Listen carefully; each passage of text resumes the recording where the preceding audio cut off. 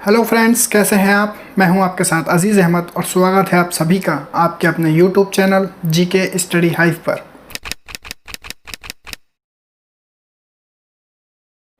तो दोस्तों, आज की इस वीडियो में हम बात करेंगे इंडिया और चाइना बॉर्डर पर चल रहे तनाव के बारे में। पिछले कई महीनों से इंडिया और चाइना बॉर्डर पर चल रहे तनाव की न्यूज़ तो आप सभी ने सुनी होगी। वैसे ये बात बता दूं कि सिचुएशन 1962 की इंडिया चाइना वॉर से भी ज़्यादा ख़राब बताई जा रही है। तो हम इस वीडियो को शुरू करते हैं 2020 के मई मंथ से, जहां से ये सब शुरू हुआ। तो चलिए वीडियो को शुरू करते हैं। तो इंडिया और चाइना बॉर्डर का कन्फ्लिक्ट शुरू होता है 5 मई से, जब अचानक 5 मई की रात लद्दाख के पेंगोंग लेक के पास दोनों कंट्री के ट्रूप्स के बीच क्लैश होता है। इस क्लैश में दोनों कंट्री के करीब 70 ट्रूप्स इंजर्ड होते हैं, जिनमें कमांडिंग ऑफिसर भी शामिल होते हैं। इसके बाद 9 मई को नॉर्थ सिक्किम के नाकुला एरिया में दोनों कंट्री के करीब 150 ट्रूप्स में दोबारा क्लैश होता है, जिसमें दोनों कंट्री के करीब 10 से 15 ट्रूप्स इंजर्ड होते हैं।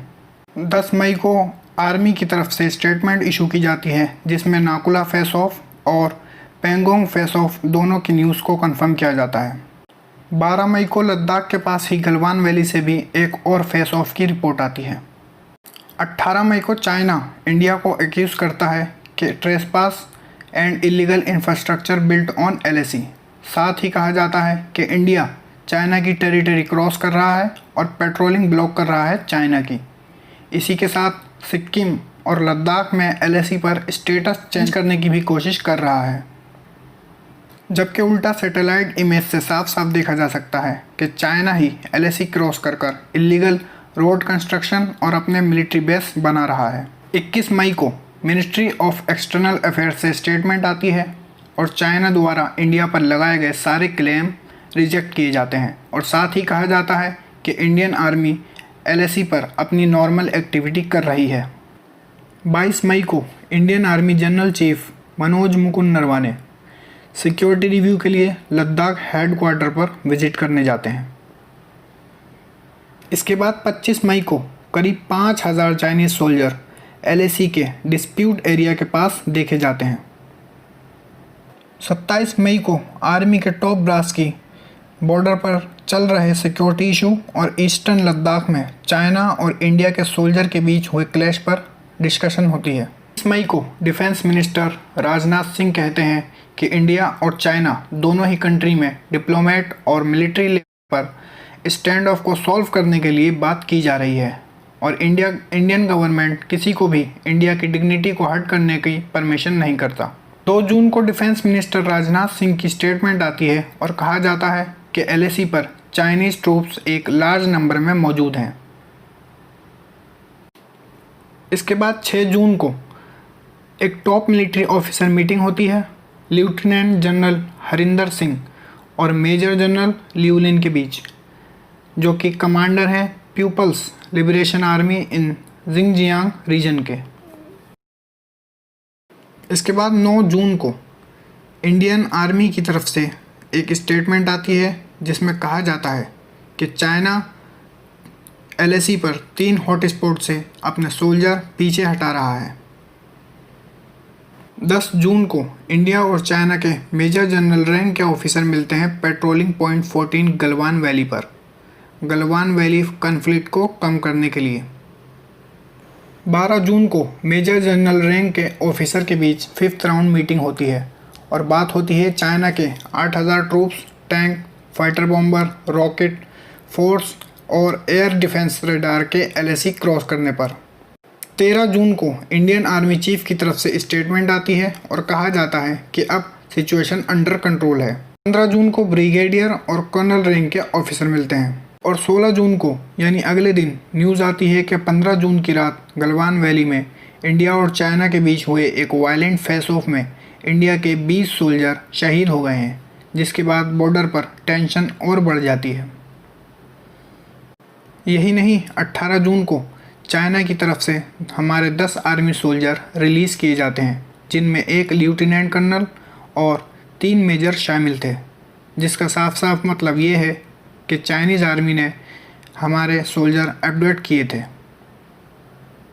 और इसके बाद 19 जून को चाइनीज़ गवर्नमेंट की तरफ से स्टेटमेंट आती है और गलवान वैली और LAC पर क्लेम किया जाता है।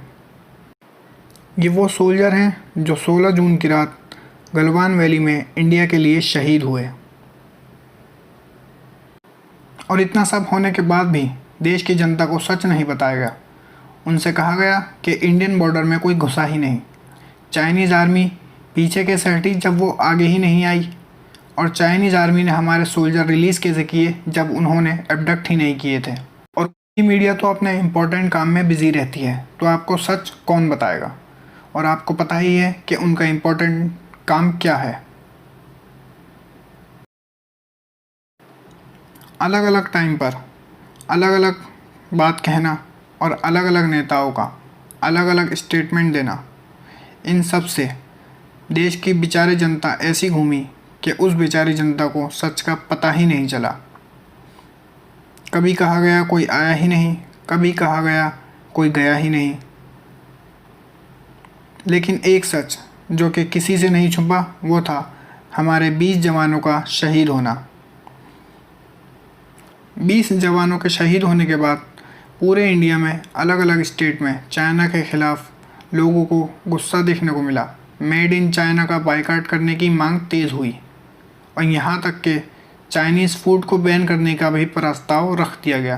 चाइनीज़ फूड तो नहीं, लेकिन गर्मा गर्मी के टाइम में आखिर सरकार ने एक कठोर कदम उठाया चाइनीज़ ऐप बंद करने का।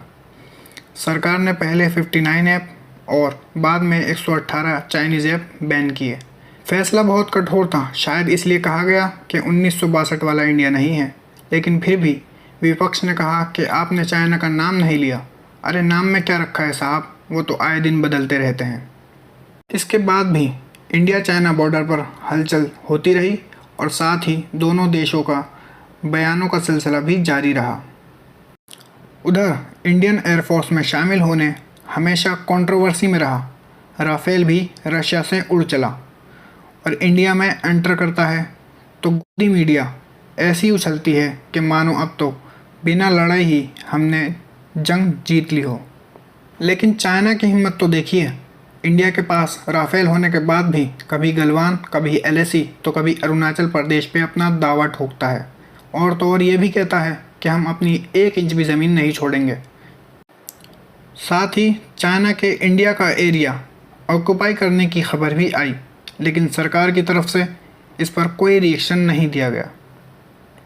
उधर कुछ दिन पहले अरुणाचल प्रदेश के 5 सिटीज़न को भी आर्मी द्वारा अपडेट करने की न्यूज़ सामने आई और मामला बढ़ते देख चाइनीज़ आर्मी ने कहा कि वो हमारी टेरिटरी में पाए गए थे, लेकिन अब उन्हें छोड़ दिया गया है।